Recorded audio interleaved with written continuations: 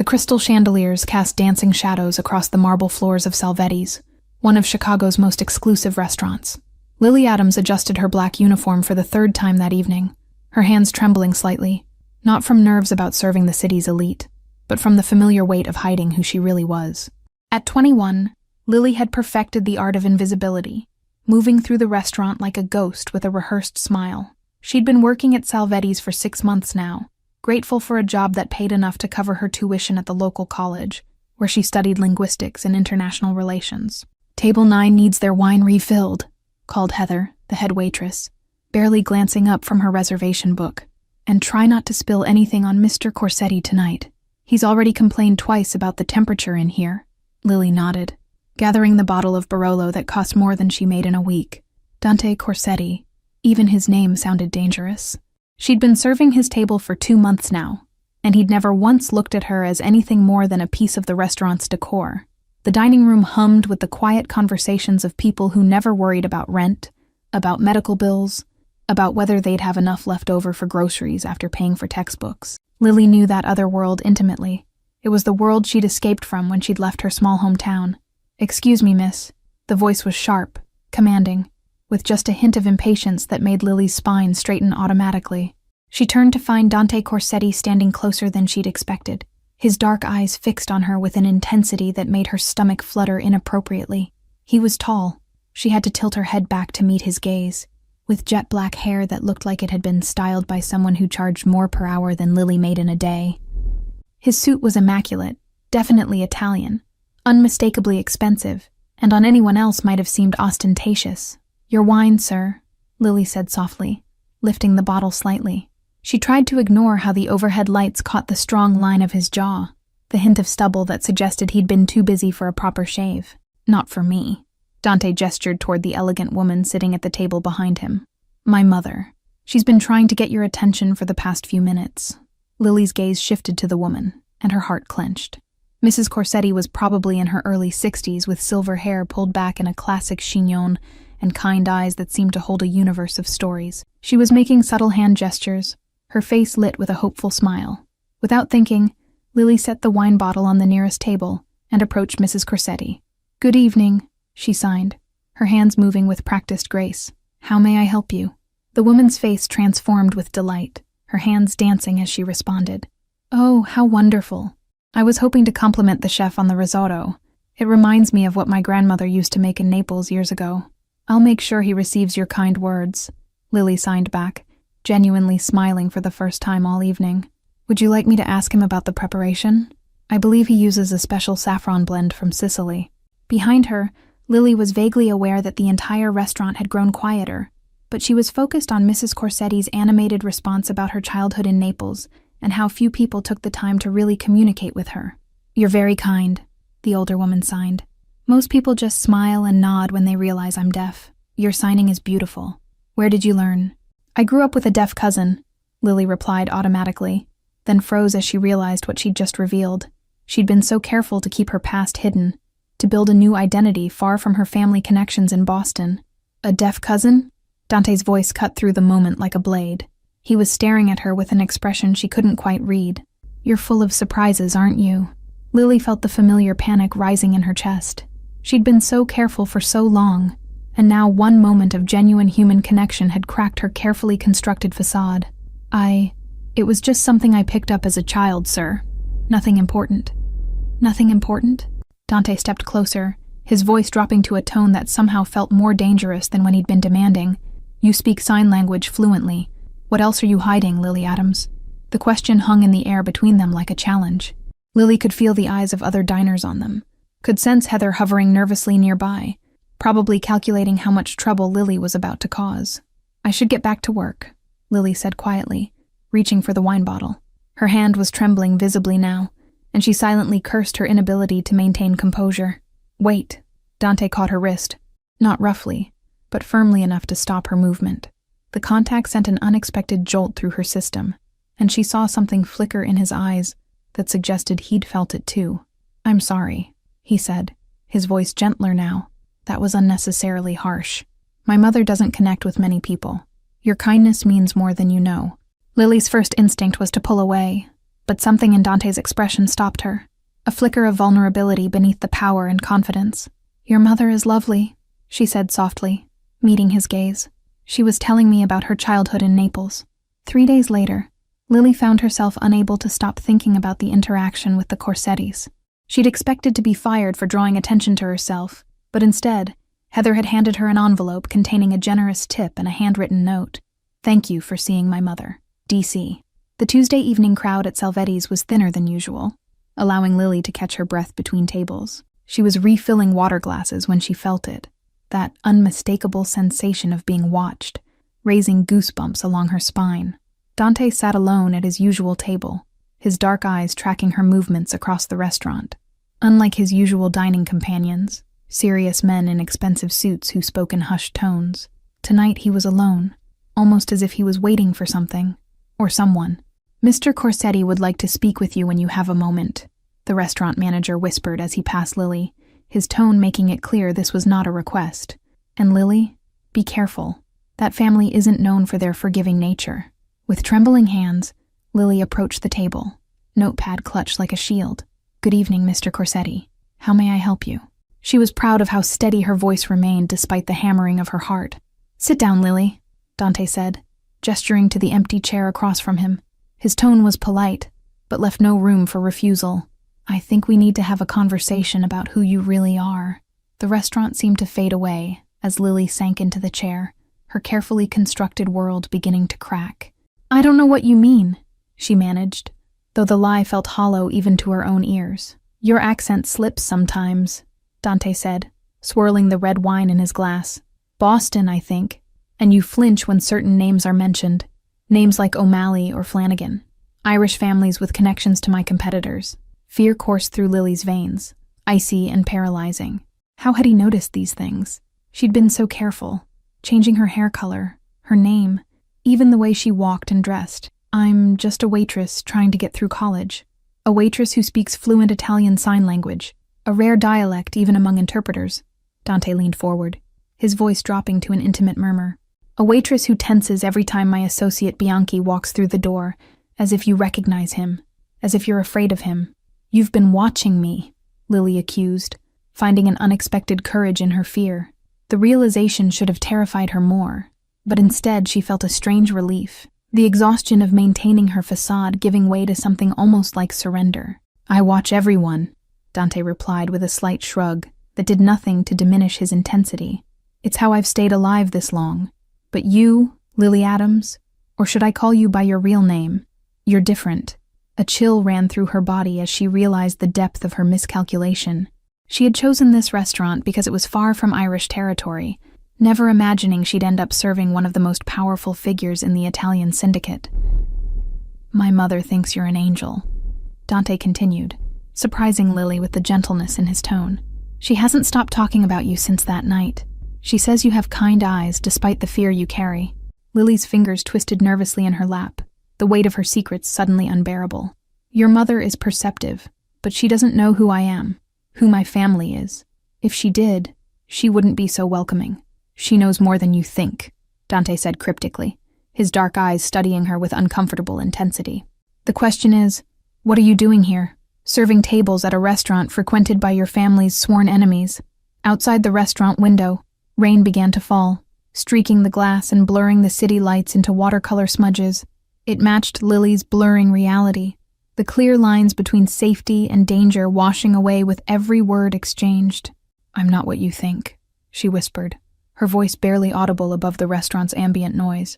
"I left that life. I'm not part of my family's business. I never was." Dante's laugh was surprisingly gentle, almost sad. "No one ever truly leaves, Lily, especially not O'Malley, especially not the daughter of Patrick O'Malley, whose hatred for my family spans generations." Lily felt the blood drain from her face. He knew. Of course he knew. "My father disowned me 2 years ago when I refused to marry into the Sullivan family to cement their alliance. As far as he's concerned, I no longer exist." Recognition flickered in Dante's eyes, followed by something that might have been respect. "So you chose exile over being a pawn in their game. Brave. Foolish, but brave." "Not brave enough," Lily countered, thinking of the night she'd fled, taking nothing but a backpack, and the guilt of abandoning her younger siblings. I should have done more to protect my brothers and sisters before I left. A muscle twitched in Dante's jaw, the only indication that her words had affected him. Your youngest brother, Tommy. He's safe. My people have been keeping an eye on him at college in Vermont. Lily's head snapped up, shock and confusion warring on her face. You've been watching Tommy? Why would you? Her question died as understanding dawned, cold and terrifying. You've been using him to find me. Initially, yes, Dante admitted without apology. But something changed 3 months ago. Your father's right-hand man, Sean Flanagan, made a move against the boy. We intervened. The restaurant suddenly felt too small, the air too thin.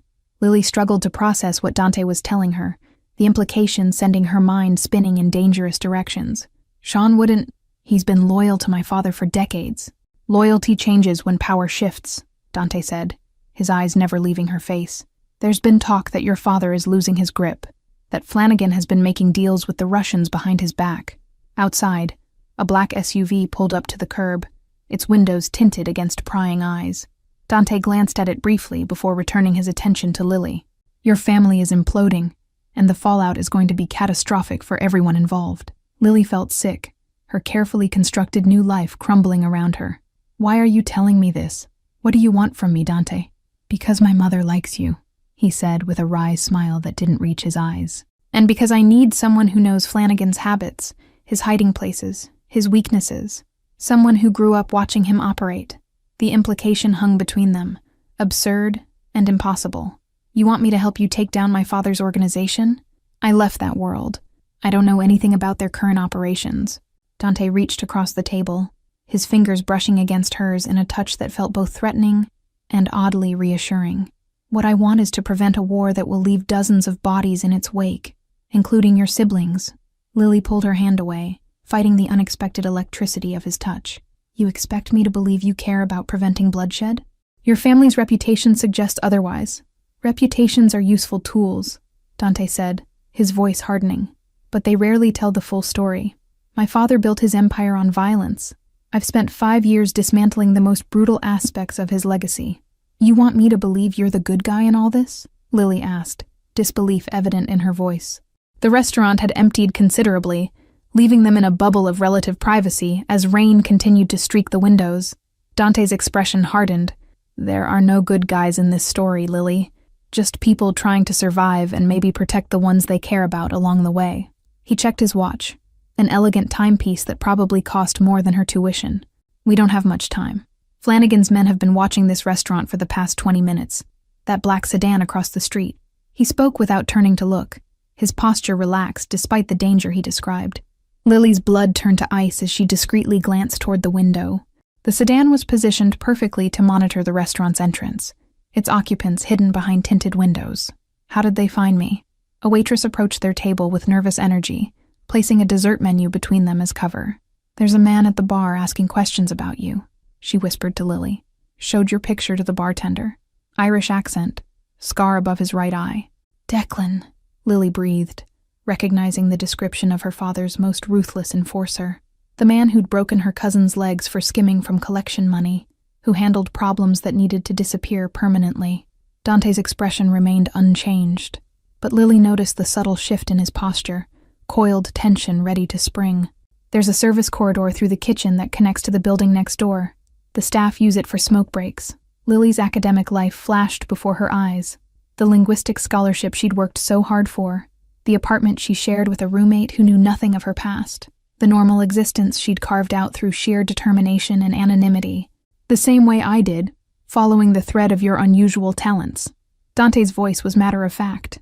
How many people can speak that specific dialect of Italian sign language?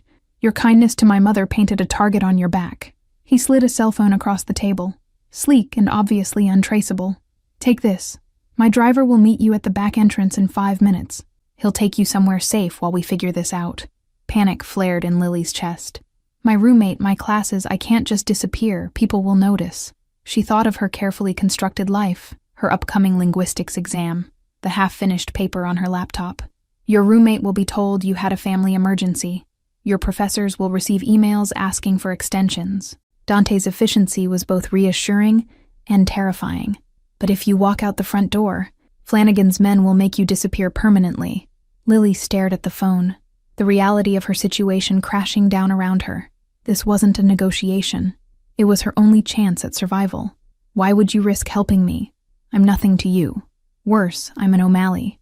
Because I've spent 2 months watching you study until dawn, donate half your tips to a homeless shelter, and treat my mother with more dignity than most of my associates. His voice softened almost imperceptibly. You deserve better than being collateral damage in Flanagan's power grab. Before she could respond, Dante's phone vibrated with a text. His expression darkened as he read it. They're making a move. Go now. Through the kitchen, down the hall. Last door on the left. Carlo is waiting with a black SUV. Lily rose on shaky legs, clutching the phone he'd given her like a lifeline. What about you? Won't they recognize you leaving? Let me worry about myself, Dante said, his smile predatory in a way that reminded Lily exactly who he was beneath the expensive suit and cultured manners. I've dealt with worse than Sean Flanagan's thugs. 3 weeks later, Lily stood at the window of a lakeside safe house, watching dawn break over the water. The cabin belonged to Dante's family, a peaceful retreat where generations of Corsettis had escaped the pressures of city life and family business. Mrs. Corsetti sat at the rustic dining table, her elegant hands signing rapidly as she told Lily stories of Dante as a child, stubborn, fiercely protective, always with a strong sense of justice that his father had tried to beat out of him. He was different from the beginning, Mrs. Corsetti signed, her expressions as eloquent as her hands. My husband wanted him to be cruel, but Dante found ways to show mercy without appearing weak. It's a difficult balance in our world. The burner phone Dante had given her vibrated against the windowsill, displaying a simple message. It's time. Be ready in 10. Lily's stomach clenched with a mixture of fear and anticipation as she showed the message to Mrs. Corsetti. He will protect you, the older woman signed, her eyes gentle but knowing. My son sees in you what I see, a kindred spirit trying to escape a legacy you never chose. The sound of tires on gravel announced Dante's arrival. He entered alone, his normally immaculate appearance disheveled, a cut above his eyebrow, bruised knuckles, but his eyes were alive with grim satisfaction. We found the evidence, he said without preamble, setting a laptop on the table. Financial records, communications with the Russians, orders for hits on your brothers. Flanagan has been systematically dismantling your father's organization from within. Lily stared at the screen, nausea rising as she scrolled through communications that detailed the calculated betrayal.